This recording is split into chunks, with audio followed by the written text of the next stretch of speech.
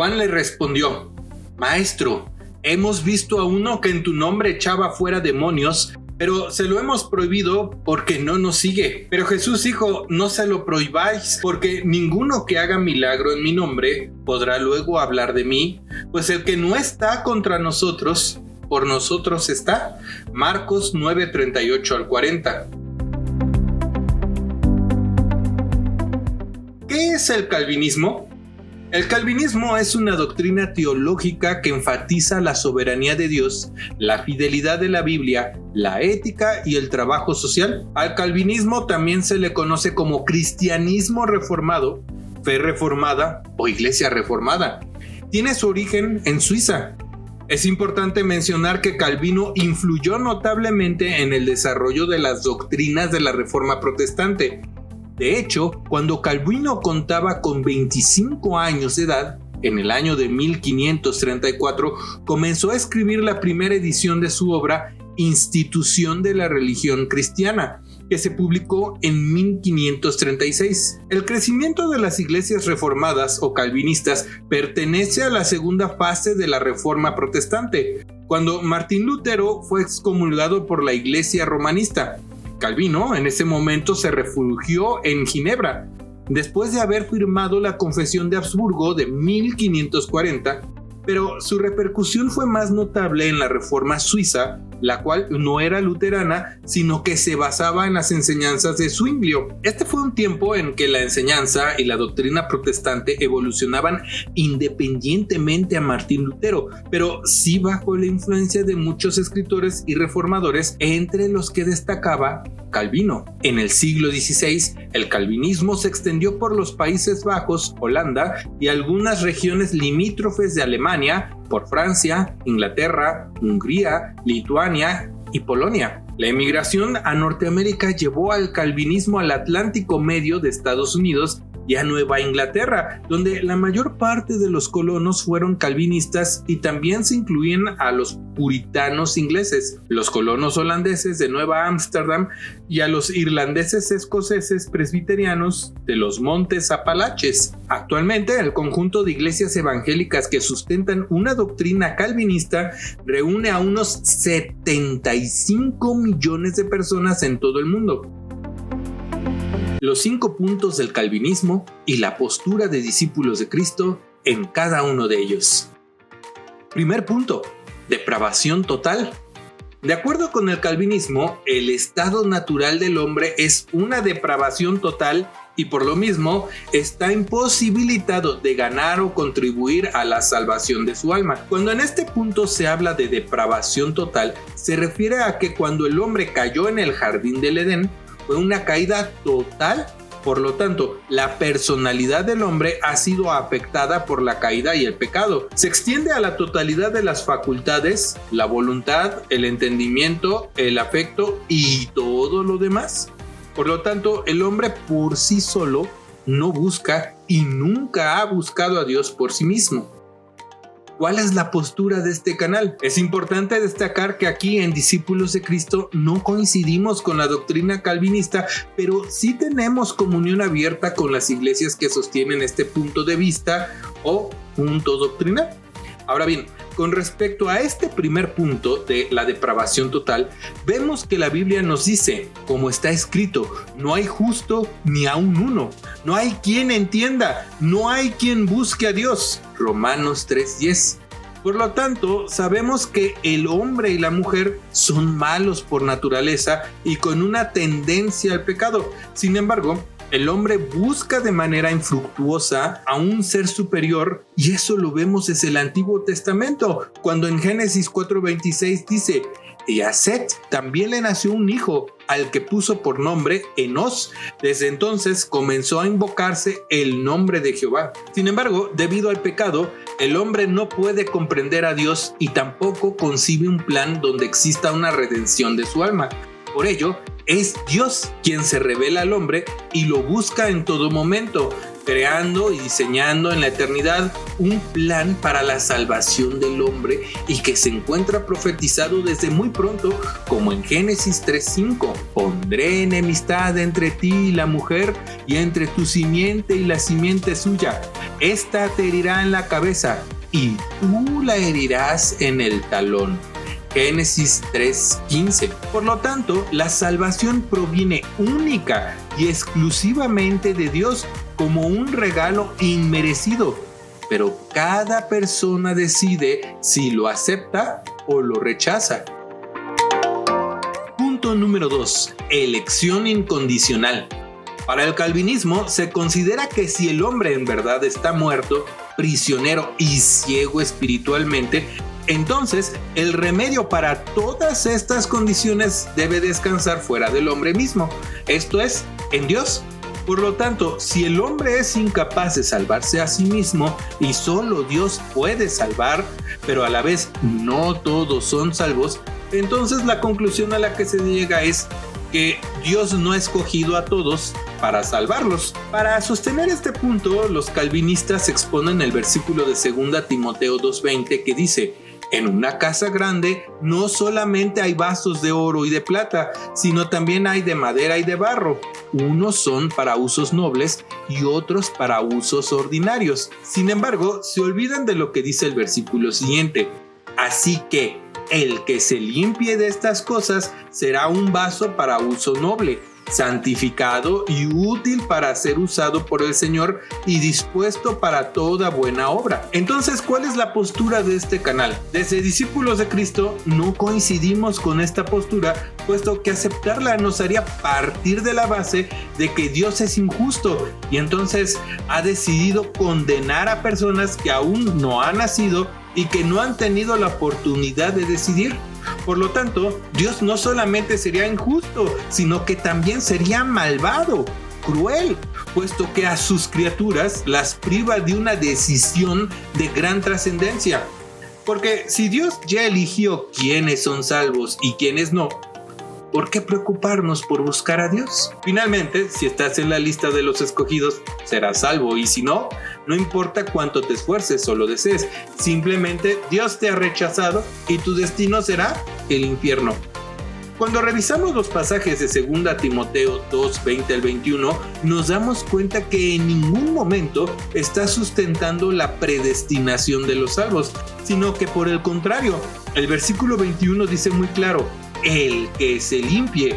¿Quién es el que se limpia? El que está a cuentas con el Señor, el que constantemente busca el perdón de sus pecados, para siempre presentarse como obrero que no tiene de qué avergonzarse delante de su Señor. Pero también, si vemos el contexto, es decir, unos versículos antes del 20 y 21, nos damos cuenta que Pablo nos habla de personas que conocieron el mensaje de salvación y se desviaron, tal y como lo dicen los versículos 17 y 18. Luego entonces Pablo dice: pero el fundamento de Dios está firme, marcado con este sello: conoce el Señor a los que son suyos y apártese del mal todo aquel que invoca el nombre de Cristo. ¿A qué se refiere esto? Bueno, en este caso en concreto se refiere a que habrá muchas personas que dirán que son cristianos e incluso harán prodigios y milagros, pero cuando llegue el momento del juicio el Señor les dirá: apártense de mí, hacedores de maldad. Un ejemplo de ellos son Himeneo y Fileto, quienes conocieron el mensaje de salvación y probablemente fueron enseñados por Pablo, pero se desviaron del camino y propagaron una falsa enseñanza, tal y como vemos que el apóstol nos indica en el versículo 18. Por otro lado, pero siguiendo con la defensa de nuestra postura, en el Evangelio de Mateo, en su capítulo 22, de los versículos 1 al 13, el Señor narra la parábola de la fiesta de la boda. Vemos que un rey prepara todo lo necesario para celebrar la boda de su hijo y mandó llamar a los invitados, pero estos no quisieron asistir. Más adelante, en el versículo 9, el rey da una nueva orden a sus criados y les dice: id pues a las encrucijadas de los caminos e invitad a la boda a todos los que encontréis. Y más adelante continúa diciendo: salieron los siervos a los caminos y reunieron a todos los que hallaron, tanto malos como buenos, y las bodas se llenaron de invitados. Entonces, ¿qué entendemos de este pasaje? Bueno, El mensaje y el sacrificio de nuestro Señor Jesucristo está disponible para toda la humanidad sin excepción, pero no todos la aceptarán. Sin embargo, asistirán a la iglesia o bien vivirán su vida fuera de lo que a Dios le agrada y tal vez lleven vidas muy buenas delante de los hombres y puedan engañar aún a los líderes de la iglesia. Pero en el día en que todos estemos delante de Dios, su destino será el infierno. Por eso, los versículos 11 y 12 indican que el rey entra a la fiesta y ve a un hombre que no llevaba vestido para la ocasión y le pregunta: amigo, ¿cómo entraste aquí sin estar vestido de boda? ¡Qué tremendo! Aquel hombre entró a la boda sin estar preparado, entró en el ambiente de la boda, pero cuando el rey lo vio, no pudo permanecer delante de él y eso le valió ser expulsado del evento. Esperamos que todos podamos mantenernos irreprensibles delante del Señor. Punto número 3. Expiación limitada. Para los calvinistas, este es el punto central de su doctrina, porque se refiere al propósito de la muerte de Cristo en la cruz. Sin embargo, como algunos hombres y mujeres son indudablemente salvos, entonces tiene que haber sido Dios mismo quien los salvó en distinción del resto de la humanidad, por lo que esta elección solo marcó la casa a la cual la salvación debe viajar, y una expiación completa, perfecta y satisfactoria todavía era requerida para los pecados de los elegidos. Por lo tanto, desde este punto de vista, nuestro Señor Jesucristo murió positiva y efectivamente para salvar a cierto número de pecadores que merecían el infierno, pero el Padre ha puesto su amor por ellos para escogerlos por encima del resto de la humanidad. Entonces, el Hijo paga la deuda por estos elegidos, logrando la justificación ante el Padre para que sean completos con Él. ¿Cuál es la postura de este canal? En Discípulos de Cristo no coincidimos con este punto doctrinal, pues vemos conforme a la Biblia que esto no es correcto. Vino a lo suyo, pero los suyos no le recibieron, mas a todos los que le recibieron, a quienes creen en su nombre, les dio potestad de ser hechos hijos de Dios. Juan 1, 11 al 12. Porque de tal manera amó Dios al mundo, que ha dado a su Hijo único, para que todo aquel que en Él cree no se pierda, sino que tenga vida eterna. Dios no envió a su Hijo al mundo para condenar al mundo, sino para que el mundo sea salvo por Él. Juan al 17. Estos 3 versículos echan por tierra completamente el argumento que esgrimen nuestros hermanos reformados, porque el Señor Jesucristo vino a morir por todos los seres humanos. El regalo de Dios a la humanidad fue dado, y por eso, si lo rechazamos, somos los más dignos de condenación, porque por voluntad propia no aceptamos esa gracia. Por eso el evangelista Juan sigue diciendo: el que en Él cree. ¿Quién es Él? Nuestro Señor Jesucristo. Entonces, el que en nuestro Señor Jesucristo cree no es condenado, pero el que no cree ya ha sido condenado porque no ha creído en el nombre del Hijo único de Dios. Juan 3:18. Entonces, el sacrificio de nuestro Señor Jesucristo fue para toda la humanidad sin excepción, porque todos somos pecadores y necesitamos de Cristo para redimir nuestras almas. Pero ¿cómo se condenará a alguien que ni siquiera tuvo la oportunidad de ser salvo? Si partiéramos de la óptica del calvinismo, surge un primer problema de base, y este es: si Dios ya eligió a quienes serán salvos y quienes no, entonces, ¿por qué seguimos viviendo? ¿Por qué siguen haciendo personas si se van a condenar? Por otro lado, en lo personal, considero que la postura calvinista se contrapone con el carácter de Dios y sobre todo de nuestro Señor Jesucristo, porque si Él, como creador, ha seleccionado a los salvos, ¿cómo puede de pronto ordenarnos amar a nuestros enemigos? Recordemos que como pecadores somos constituidos enemigos de Dios, porque en su presencia no puede haber pecado, y si no estamos con Él, entonces estamos contra Él. Por lo tanto, si el calvinismo fuera cierto, tendríamos que decir entonces que Dios hizo una selección a su criterio y arbitrio y no hay nada que hacer. Entonces, si una persona no seleccionada quisiera o buscara acercarse a Dios, no habría forma alguna, sino que está condenada. Es más, ni siquiera va a buscar a Dios porque ya fue seleccionada para la condenación desde antes de nacer y no hay nada que hacer. Ahora bien, traslademos este ejemplo al ámbito jurídico.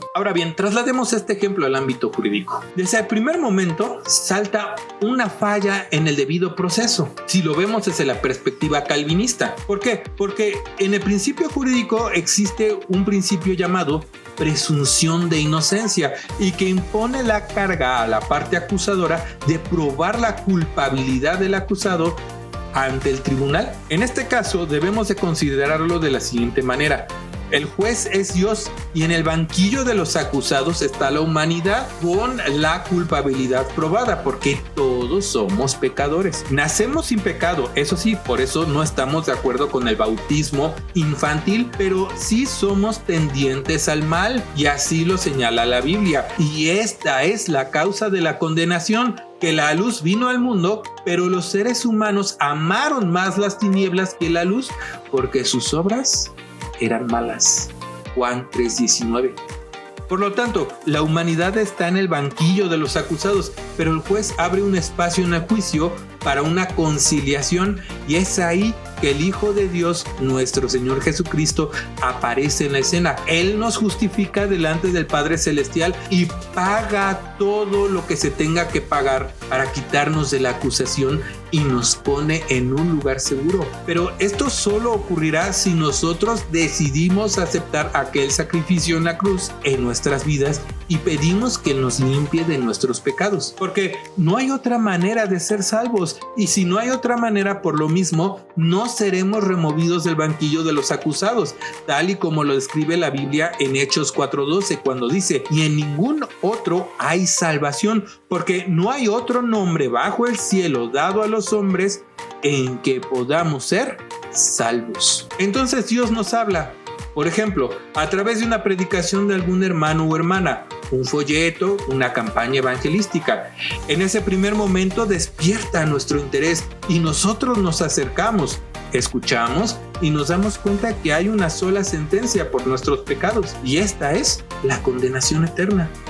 Pero no todo está perdido, porque tanto amó Dios a la humanidad que proveyó de un abogado, nuestro Señor Jesucristo, y Él es el único que puede redimirnos y anular el acta que pesa contra nosotros. Entonces el juez pregunta: ¿aceptas o no aceptas los términos y condiciones de la conciliación? Si uno acepta consciente y voluntariamente, entonces accede a los beneficios de la gracia. La sangre vertida en la cruz nos es aplicada y somos redimidos y justificados, y por lo mismo somos quitados del juicio. Pero si por el contrario rechazamos con uso consciente de nuestras facultades, entonces se nos imputa, esto es, se nos inculpa, incrimina y aplica toda la severidad del castigo, como es la condenación eterna. Por lo tanto, la base de la que parte el calvinismo es equivocada, porque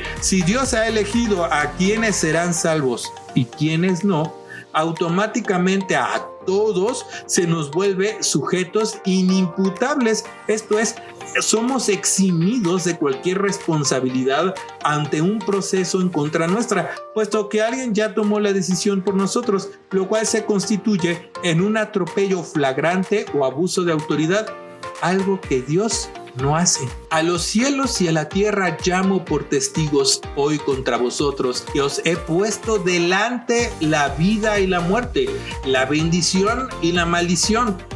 Escoge pues la vida para que vivas tú y tu descendencia, amando a Jehová tu Dios, atendiendo a su voz y siguiéndole a Él, porque Él es vida para ti y prolongación de tus días, a fin de que habites sobre la tierra que juró Jehová a tus padres, Abraham, Isaac y Jacob, que les había de dar. Deuteronomio 30 del 19 al 20. Desde este canal de Discípulos de Cristo sostenemos que Dios abre la oportunidad a toda persona a venir a las plantas del Señor y habla pacientemente, porque una vez que muramos ya no hay vuelta atrás. Por eso es de vital importancia el compartir el mensaje de salvación con todo el mundo. Punto número 4. Gracia irresistible, también conocida como gracia eficaz, afirma que la gracia salvadora de Dios se aplica eficazmente a aquellos a obedecer la llamada del Evangelio, trayéndolos a una fe salvadora. La doctrina sostiene que esta influencia intencionada del Espíritu Santo de Dios, la cual no se puede resistir, sino que el Espíritu Santo hace que el pecador elegido crea, se arrepienta y venga libre y voluntariamente a Cristo. ¿Cuál es la postura de este canal de discípulos de Cristo? Como hemos dicho, no estamos de acuerdo con los principios que sostiene el calvinismo. Con respecto a este punto, lo que sostenemos es que el Espíritu Santo actúa en la vida del creyente y lo convence de su pecado, es decir, le hace ver el error en el que se encuentra y su posición espiritual delante de Dios, pero no lo obliga a nada. Recordemos que para ser beneficiarios de este regalo que es la gracia de Dios, o bien reos de una condenación, es porque hubo una decisión personal en cada caso. De otra manera, tendríamos que decir que hay cohesión o influencia que incide directamente en la decisión que vayamos a tomar. Dios quiere que lo amemos por lo que Él es y por nuestra propia voluntad nos sometamos a Él, tal y como dice 1 de Juan 4:19. Nosotros lo amamos a Él porque Él nos amó primero. Punto número 5. Perseverancia de los santos. Si el hombre no se puede salvar a sí mismo, entonces Dios tiene que salvarlo. Si no todos son salvos, entonces Dios no ha salvado a todos. Por lo mismo, a través de Cristo ha hecho satisfacción por los pecados y solo por Él somos salvos, y solo lo revelará a los corazones de aquellos que fueron escogidos para salvar. Entonces Dios preservará y hará perseverar a los salvos para la vida eterna, para la gloria de su nombre. Esto se traduce en que la salvación, según nuestros hermanos calvinistas, no se pierde, puesto que Dios no se niega a sí mismo y Él no te quita lo que ya te regaló. Otro argumento que esgrimen es que los verdaderos salvos ya no se apartan del camino, y si llegan a hacerlo es que nunca fueron salvos. ¿Cuál es la postura de este canal? Bueno, la palabra del Señor, que es la Biblia, dice: porque es imposible que los que una vez fueron iluminados y gustaron del don celestial y fueron hechos partícipes del Espíritu Santo y asimismo gustaron de la buena palabra de Dios y los poderes del siglo venidero y recayeron, sean otra vez renovados para arrepentimiento, crucificando de nuevo para sí mismos al Hijo de Dios, exponiéndole al vituperio. Los creyentes que fueron salvos sí pueden apartarse y aún apostatar de la fe en algunos casos, y al hacer esto, la salvación se pierde. La enseñanza de algunos se propaga como un tumor. Así aconteció con Himeneo y Fileto, que se desviaron de la verdad, diciendo que la resurrección ya se ha realizado, con la que trastornaron la fe de algunos.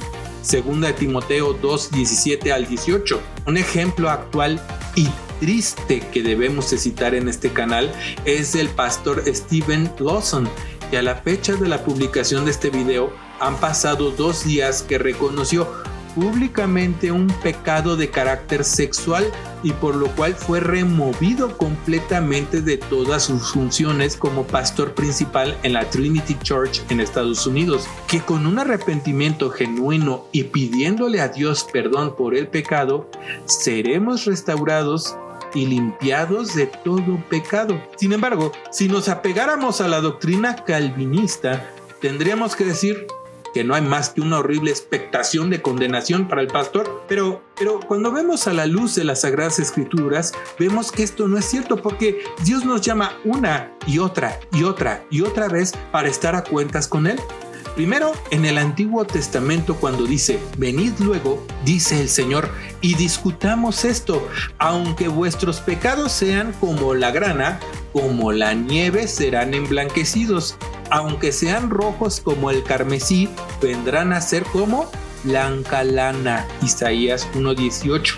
Y luego en el Nuevo Testamento, una vez más, dice: hijitos míos, estas cosas os escribo para que no pequéis, pero si alguno ha pecado, tenemos un abogado ante el Padre, a Jesucristo el justo. Él es la propiciación por nuestros pecados, y no solamente por los nuestros, sino también por los de todo el mundo.